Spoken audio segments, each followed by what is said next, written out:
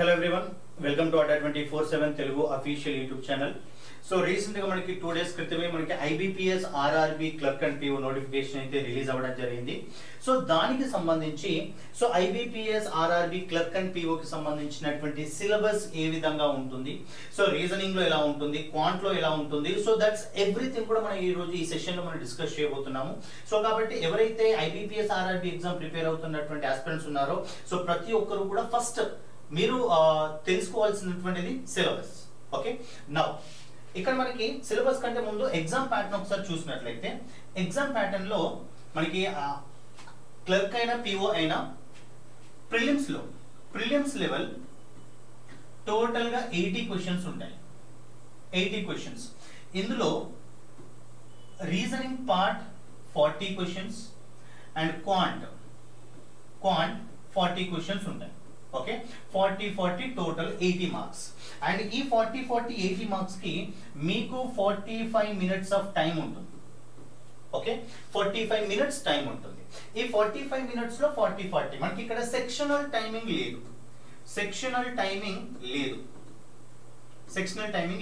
మరి negative marks ఉన్నాయా అంటే ఉన్నాయి. So that is 1/4 negative. Okay, ఇది నెగటివ్.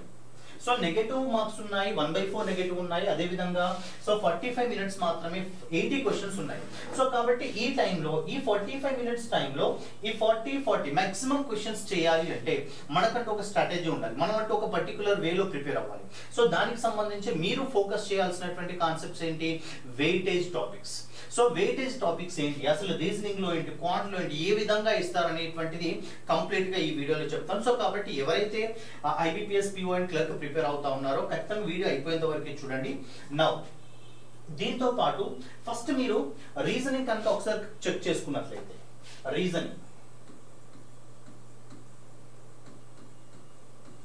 రీజనింగ్ పార్ట్ కి సంబంధించి ఇందులో 40 క్వశ్చన్స్ ఉంటాయి. 40 questions and 40 marks. 40 questions, 40 marks. No sectional time. So ఇందులో ఈ రీజనింగ్ కి సంబంధించి మీరు ఫోకస్ చేయాల్సినటువంటి concepts first. So weightage topics ప్రకారంగా చూసినట్లయితే ఆల్ఫా న్యూమరిక్ సిరీస్ ఒకటి. అండ్ అదే విధంగా coding decoding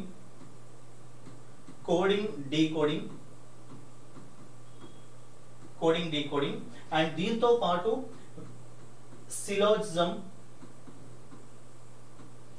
syllogism and next one inequality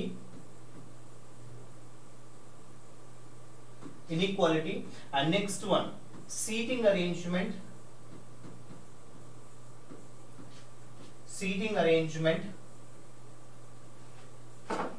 and వీటితో పాటు పజిల్ తో పాటు blood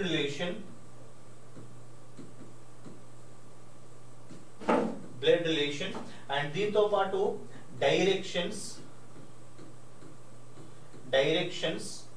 and order and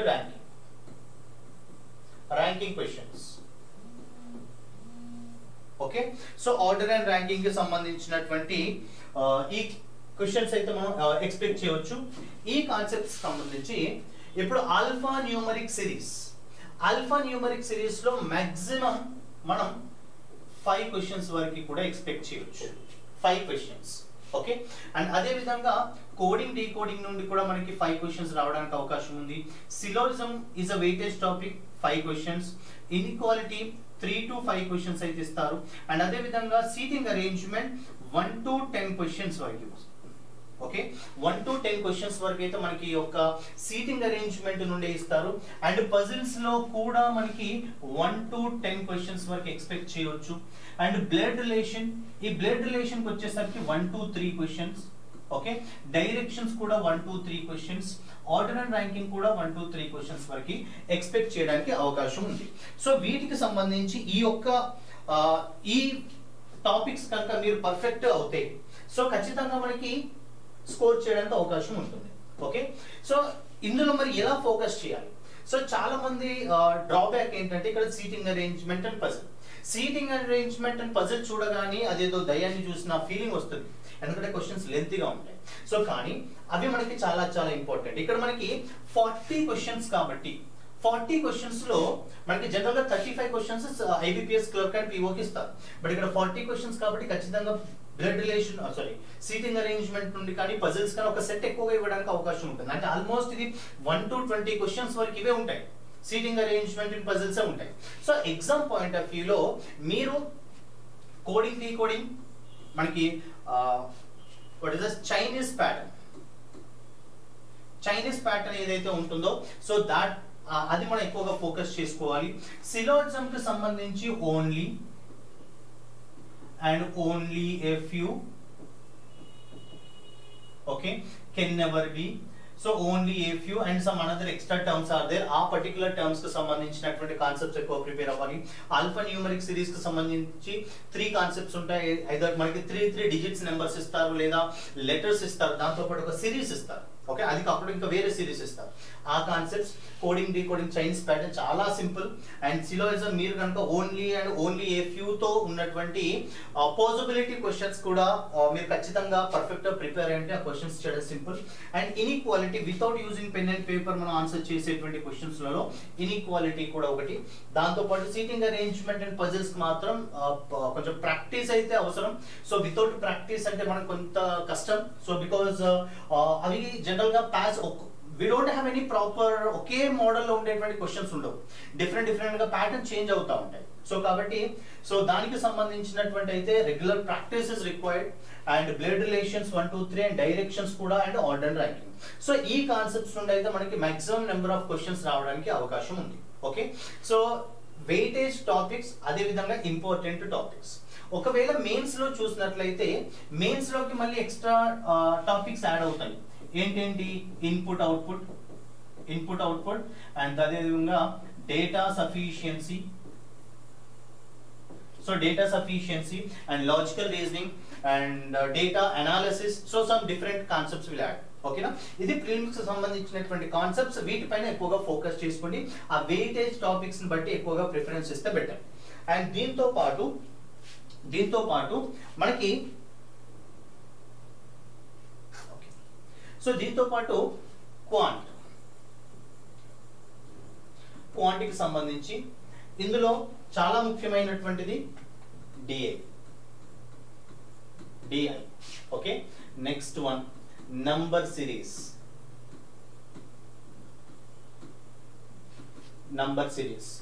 next one simplification or approximation. Okay, and దీంతో పాటు quadratic equations.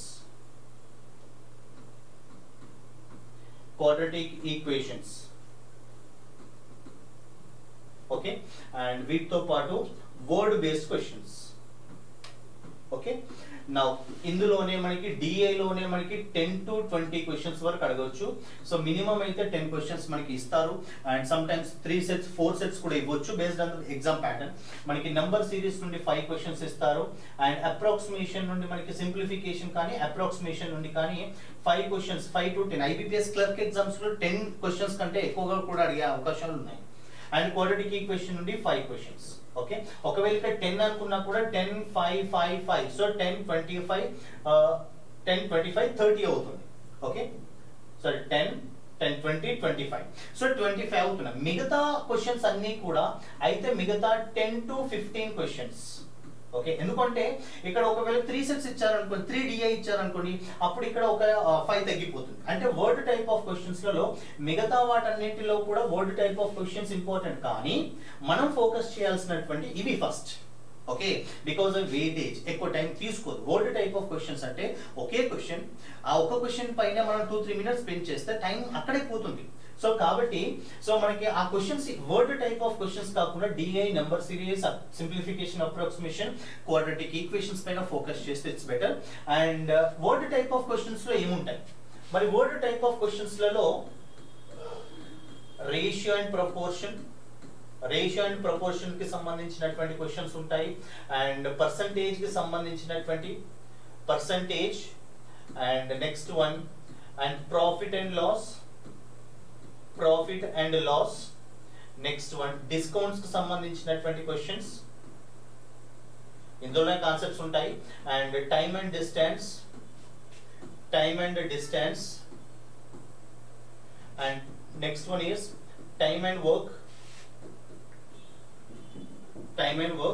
okay, and trains based questions. And next one boards and streams.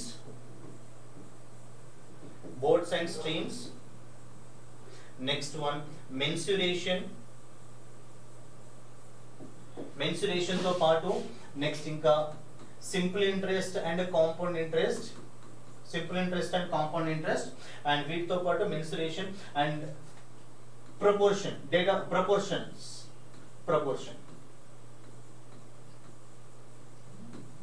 Okay, so వీటికి సంబంధించినటువంటి ఇప్పుడు మిగతా 10 to 15 క్వశ్చన్స్ ఉన్నాయి. ఆ 10 to 15 క్వశ్చన్స్ లో ఆ 10 క్వశ్చన్స్ కానీ లేదా 15 క్వశ్చన్స్ కానీ ఖచ్చితంగా ఈ కాన్సెప్ట్స్ నుండి వస్తాయి. ఓకే, సరే ఎందులో నుంచి ఎక్కువ వస్తాయి, ఎందులో నుంచి తక్కువ వస్తాయి మనం ఖచ్చితంగా చెప్పలేం, based on the pattern. So exam ని బట్టి అది వేరీ అవుతా ఉంటుంది. సో కాబట్టి ఫస్ట్ మీరు ఫోకస్ చేయాల్సినటువంటి కాన్సెప్ట్స్ ఇవి. ఓకే, ఎందుకంటే మాక్సిమం క్వశ్చన్స్ వీటి నుండి వస్తాయి కాబట్టి, అండ్ వీటితో పాటు అవి కూడా ప్రిపేర్ అవ్వాలి.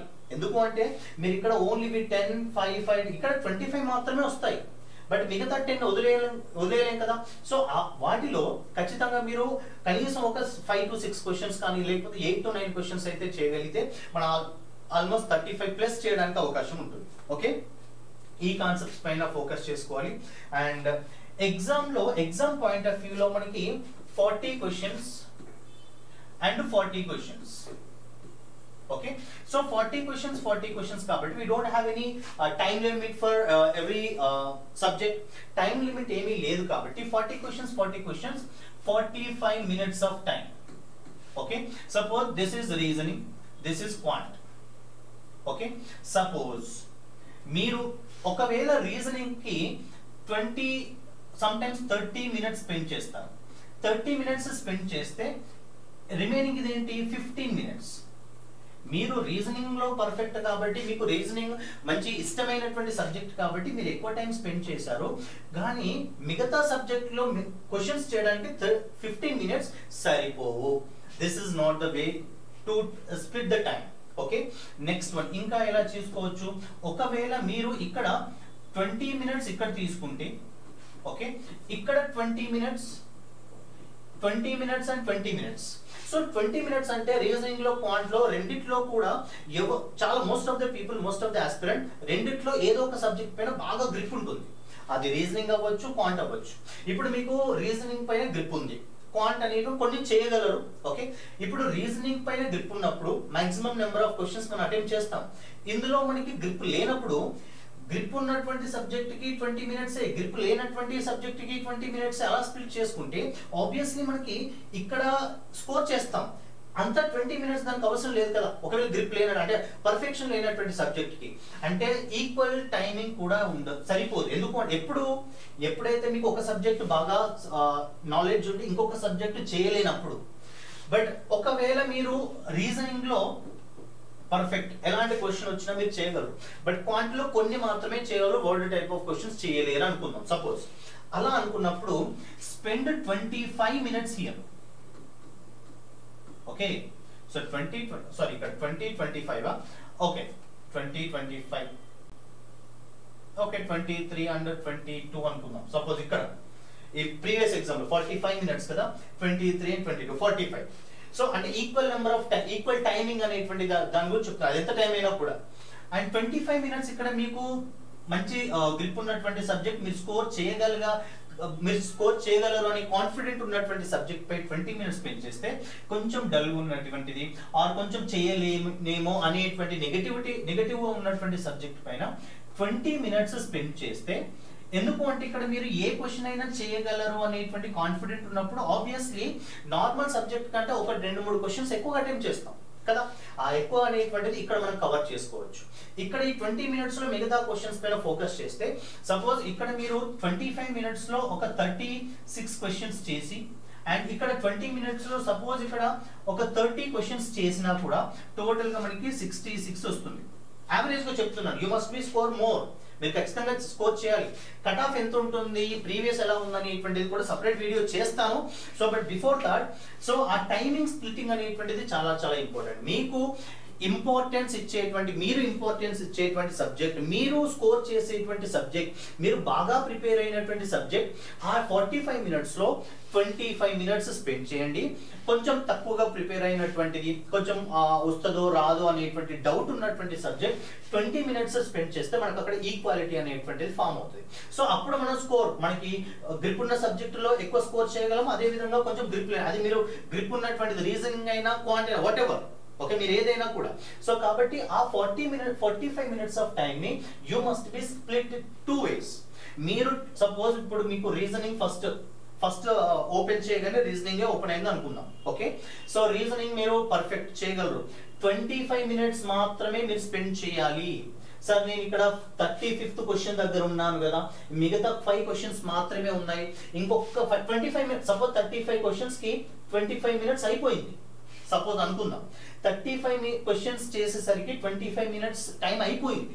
ఇంకొక 5 క్వశ్చన్స్ కదా, ఇంకొక 5 మినిట్స్ అయితే నాకు ఆన్సర్ వచ్చేస్తుంది అంటే, ఇక్కడ ఈ ఎక్స్ట్రా 5 మినిట్స్ కనుక మీరు స్పెండ్ చేస్తే, అంటే ఇక్కడ 25 minutes plus 5 minutes it's 30 minutes అవుతుంది. 30 మినిట్స్ అంటే అప్పుడు దీనికి మిగిలిపోయేటువంటిది 15 మినిట్సే, సరిపోదు, ఓకే. ప్రెషర్ పెరుగుతుంది, సో మీరు క్యాలిక్యులేట్ చేయడం కష్టం అవుతుంది. సో కాబట్టి మీరు ఏదైతే సబ్జెక్ట్ టచ్ చేస్తా ఉన్నారో, సో మీరు సపోజ్ ఫస్ట్ రీజనింగ్ అనుకుందాం, రీజనింగ్ లో మీరు స్కోర్ చేయలేరు, అలాంటప్పుడు 20 మినిట్స్ మాత్రమే చేయండి. 20 మినిట్స్ లో మీరు ఎన్ని క్వశ్చన్స్ వీలైతే అన్నే చేయాలి, ఓకే. సో మిగతా ఇంకొక 2 క్వశ్చన్స్ ఉన్నాయి కదా, ఇంకొకటే పజిల్ ఉంది, అది పజిల్ చేసేస్తే నా రీజనింగ్ మొత్తం వచ్చేసినట్టే. ఆ ఒక్క పజిల్ కోసం మీరు ట్రై చేస్తే ఆ ఒక్క పజిలే 5 మినిట్స్ కాదు 10 మినిట్స్ కూడా పట్టొచ్చు. అప్పుడు దీనికి 10 మినిట్స్ మాత్రమే మిగిలిపోతుంది. సో మనం ఆన్సర్ చేయడానికి సరిపోదు. సో కాబట్టి 45 మినిట్స్ ని 20-25 గా స్ప్లిట్ చేసుకొని సో ట్రై చేస్తే డెఫినెట్ గా మీకు ఆ రెగ్యులర్ ప్రాక్టీస్ కూడా అలాగే ఉండాలి. మీరు మాక్ పేపర్స్ రాసినా కూడా డివిజన్ అనేటువంటిది ఆ విధంగా చేసుకుంటేనే మీకు మంచి స్కోర్ చేయడానికి అవకాశం ఉంటుంది, ఓకేనా. So that's it about the video. And ఒకసారి టాపిక్స్ అన్ని ఒకసారి చెక్ చేసుకోండి, సిలబస్ మళ్ళీ ఒకసారి చెక్ చేయండి. అండ్ ఆ కాన్సెప్ట్స్ పైన నేను ఏదైతే టాపిక్స్ చెప్పానో ఆ కాన్సెప్ట్స్ బాగా ప్రిపేర్ అవుతే ఖచ్చితంగా స్కోర్ చేయడానికి అవకాశం ఉంటుంది. సో నెక్స్ట్ వీడియోలో మీకు IBPS RRB previous cut off ఎంత ఉంటుంది, ఎక్స్పెక్టెడ్ కట్ ఆఫ్ ఎంత ఉండొచ్చు, దట్ ఎవ్రీథింగ్ కూడా so I will discuss they. So that's it for the video. And ఎవరైతే లైవ్ లో ఉన్నారో ఆర్ ఎవరైతే వీడియో చూస్తా ఉన్నారో, everybody do like, share and subscribe. And thank you.